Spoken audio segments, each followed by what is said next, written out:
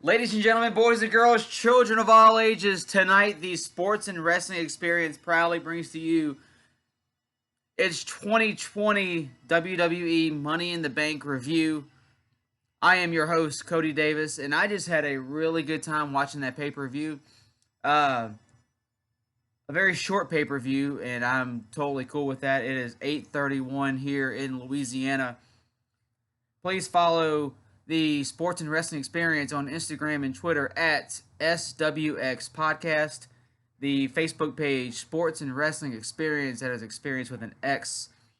Please go ahead and check that out on all your social media platforms. Please click the link to subscribe to this YouTube channel. I am almost to 20 subscribers, and hey, just one at a time. That's all I can do.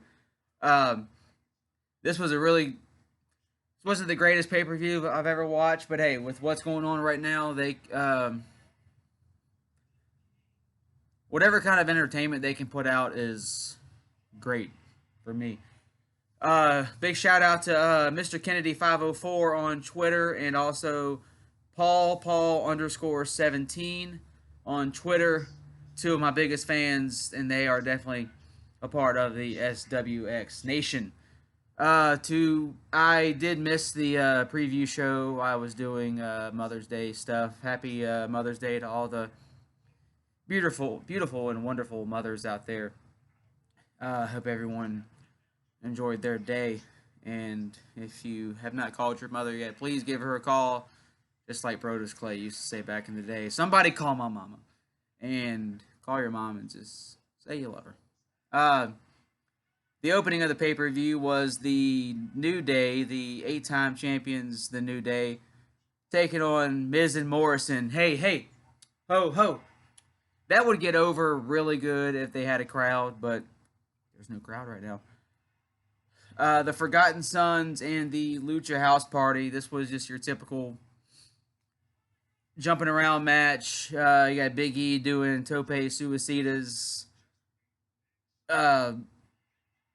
This match didn't do a whole lot for me. It was a fun opener, but anyone could have projected this match. The New Day ended up winning, and they're going to continue their run as the tag team champions.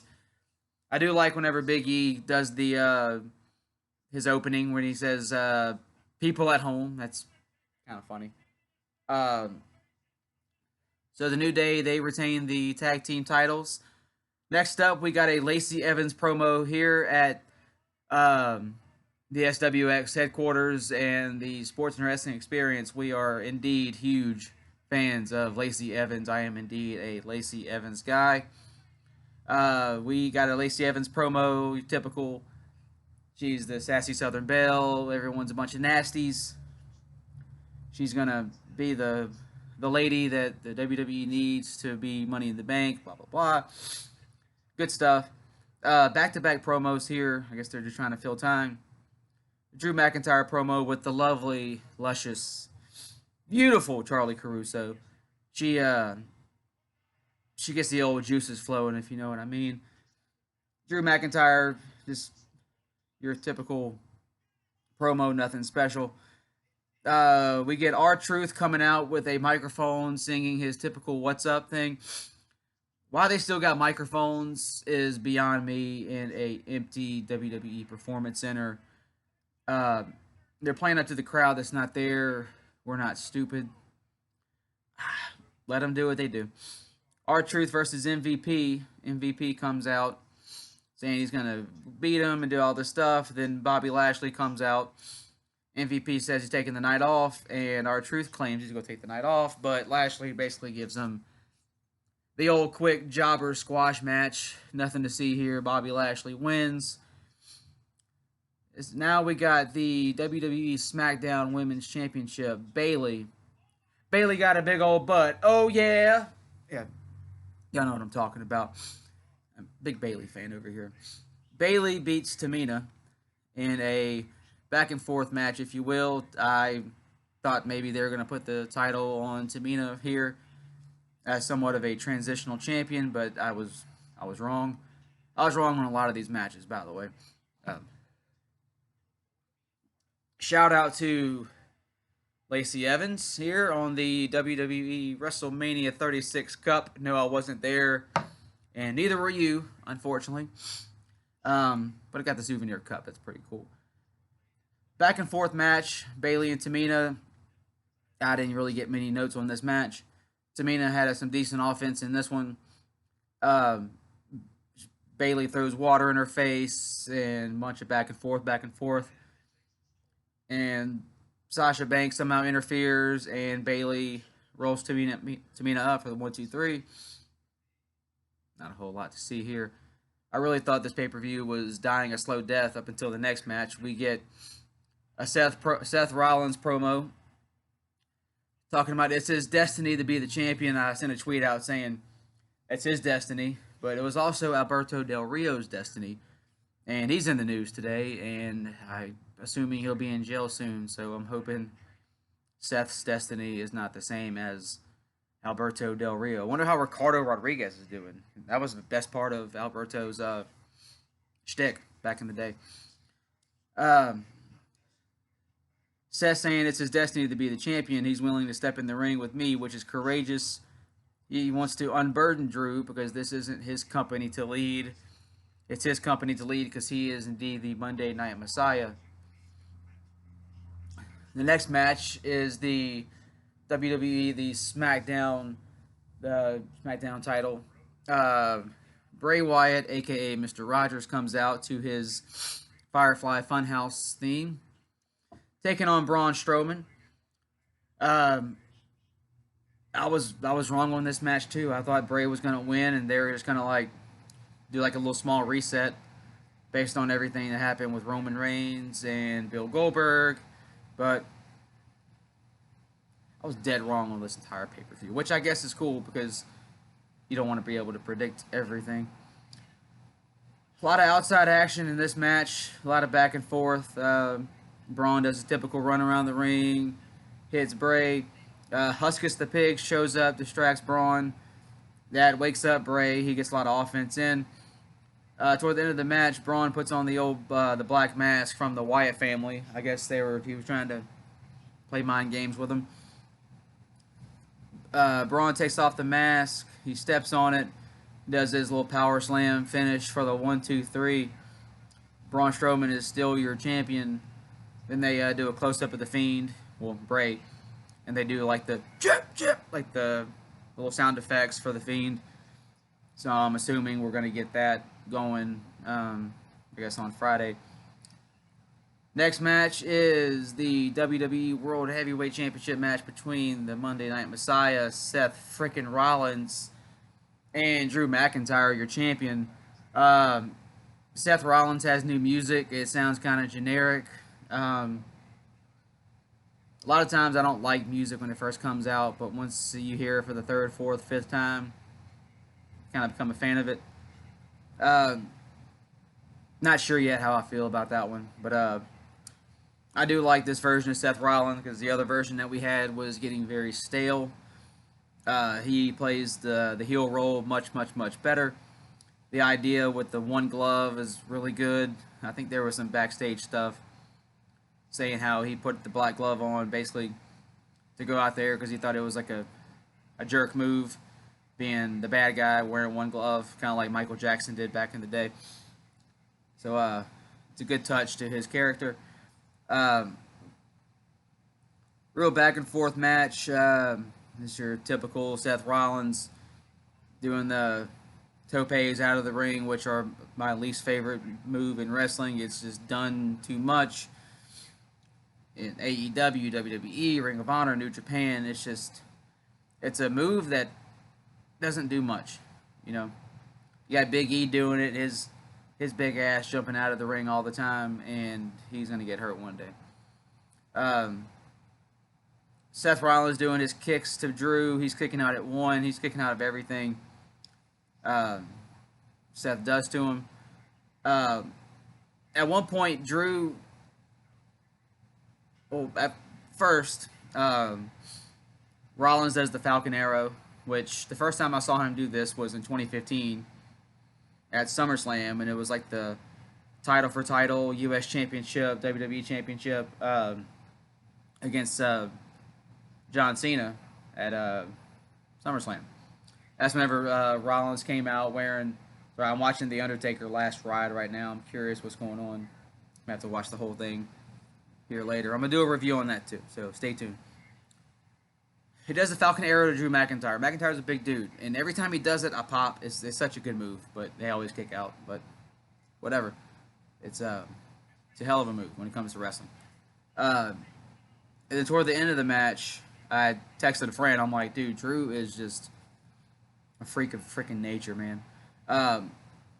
He does a sit up, basically like what a Mayweather is you're under like a punching bag. You put your feet under it. You do sit ups. It works you out. He does this.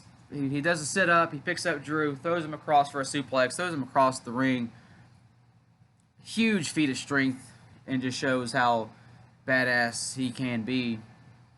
And eventually, he does the Claymore kick. Does a little count to nobody in the crowd, unfortunately. Claymore kick to Rollins. 1, 2, 3. Drew McIntyre is still your champion. Excuse me. And here is my review for the actual Money in the Bank match. I have no idea how I'm going to review this because this match was all over the place. This match, I have no idea. I just got finished watching it. It's all over the place. It's fantastic. They do all the entrances. The women are in like the lobby, right by like the elevator. Lacey Evans comes out. Nia Jax, Asuka, Carmella, Dana Brooke, and Shayna Baszler. They all come out one by one, and they're showing the men come out. They're coming out into the gym. The infamous WWE gym that we have seen for years, most notably the 1993 Ico Pro commercials. Speaking of, this show is brought to you by Ico Pro. That's right, for everybody who cares for their body, Ico Pro, you gotta want it. They did the interviews, or the commercials years ago. Bret Hart, Lex Luger, Razor Ramon, Tatanka in the gym with Vince McMahon. A lot of clips, a lot of old videos where Vince and Shane McMahon are getting ready for the 1999 Royal Rumble. Working out in the old gym. It was fun to see that. They all come out in the gym and they go back and forth from the men to the women, and they don't really meet up until later on with Paul Heyman. But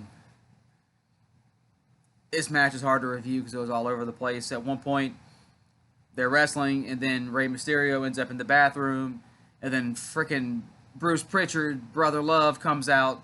I guess he was taking a dump or taking a pee-pee or something. He comes out, I love you, and I'm watching. I'm like, whoa, shit, Brother Love, amazing. At one point, like they're in some like ring in the headquarters. You got Otis doing the yes chants. Otis to me is so entertaining. He is so good. What he's doing with Mandy is amazing. Then they show Dana Brooke grabbing the briefcase in some conference room. It's a pretty cool briefcase. It has like money in it, and she's like hugging it and happy she won. Then they show Stephanie McMahon. She's like, this is the conference room. That's not the real Money in the Bank. Kind of hokey, but fun segment. Yeah, at the very beginning, they're in the weight room, and then they drop the weights on AJ Styles. No one helps him out, but in real life, he would have died because he's like got the weights on him, and you can tell he's like, help, help, but like the weights aren't really on him. Kind of goofy, but what can you do? Another time, they got Otis going into the into like the bakery of the headquarters, and he's picking out pies, doing his oh yeah, all that, and then you get a cart drive up, and it's none other than former talent relations man, John Laurinaitis. He comes out and does people power, and of course I pop again. You got John Laurinaitis, you got Brother Love, all in the same match. Fantastic. That's such good shit, pal. Speaking of good shit, check out Instagram and Twitter. This show at SWX Podcast. Please subscribe to the channel. I'm trying to build this literally from the ground up. I think I got 18 subscribers right now. I'm putting out a lot of content tonight and in the weeks ahead, whether it's sports and wrestling. We're gonna make this work, and it's gonna be fun. And I want all of you to be a part of the SWX Nation as we get this thing going. It was cool seeing AJ Styles walking around, and then like he sees a picture of the Undertaker, and it like stops him, and like he doesn't know what to do. Yeah, at one point they end up in this room where Paul Heyman's got a bunch of food. WWE and food go together like peas and carrots. No one's actually just gonna eat and leave. Ends up being a food fight. Food going everywhere. Nia Jax puts Carmella through a table full of food. Carmella and Dana were looking absolutely fantastic. Those are two beautiful women, if you may. Like I said, this match was all over the place. I'm going to get to the end here real quick. Finally, they go up to the top.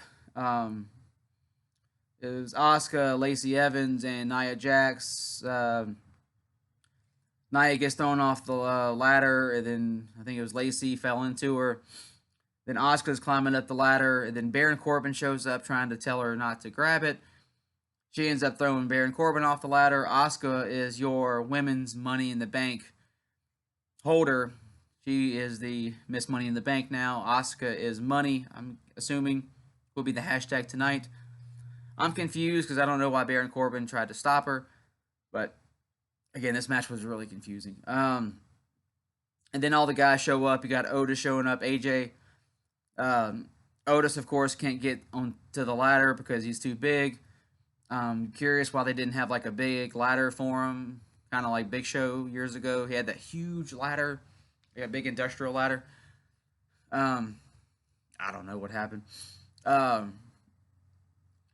AJ is fighting other guys, and then Ray shows up. He jumps on into Otis. A lot of gaga going on in this match. A lot of climbing up, falling off the ladder. Finally, AJ Styles grabs the Money in the Bank briefcase and he drops it right into Otis's stomach, chest. I didn't know if that was a mistake, but then the bell rings and Otis is now the Money in the Bank briefcase holder. Otis is money. Otis is the 2020 Men's Money in the Bank winner. And I am watching this and I was shocked. And not that often I am very shocked when it comes to wrestling. Again, I predicted Aleister Black to win this, and I also predicted Shayna Baszler to win the women's. And Asuka and Otis are now the Money in the Bank briefcase holders going into the 2020 season of WWE. This match was fun. It was something that we won't get, I'm assuming, next year, because it'll be in an actual arena. Of course, this year was supposed to be in Baltimore. If the world was normal, but instead it was at Titan Towers, and they wrestled all through the WWE headquarters. I'm as confused as everybody, but WWE is continuing to put out content as kind of goofy as tonight was. It was still good. It was entertaining at the very least. I enjoyed it, and it was also a 2.5 hour pay-per-view. It wasn't a 4 hour. I didn't know if I'd be here till 10 o'clock Central Time, where I'm at right now, covering this, but it ended right at like 8:30, and that's perfect. Kind of like a get in, get out pay-per-view. It didn't need to be 4 hours at all. I guess if I had to grade this pay-per-view, I'd give it like a B minus. There you go. they did what they could. I was kind of worried about the first hour, and I was like, man, the second half of this pay-per-view's got to step it up, and I knew it would because you had the main title matches and the actual Money in the Bank match. Was curious how they were going to ingrain the men and women, and they did a good job with that. Just confused why Baron Corbin tried to stop Asuka, but she proved otherwise, knocked off Corbin, and got the briefcase. As far as the anything else, that's going to do it for tonight for this review. Guys, like I said, please go and follow on Instagram, Twitter at the SWX Podcast. Leave a comment. Please subscribe to the Sports and Wrestling Experience on this YouTube channel. All the every subscriber I can get, I really do appreciate it. It is very thankful. Thank you very much for watching the video. Please leave a comment. Just tell me how I did. Tell me what you think about the pay-per-view. And just let's have fun here. That's going to do it. Like I said, I am your host, Cody Davis, and I'm going to continue putting out content on this YouTube channel as I see fit. And thank y'all for watching. Appreciate it. Y'all have a good night.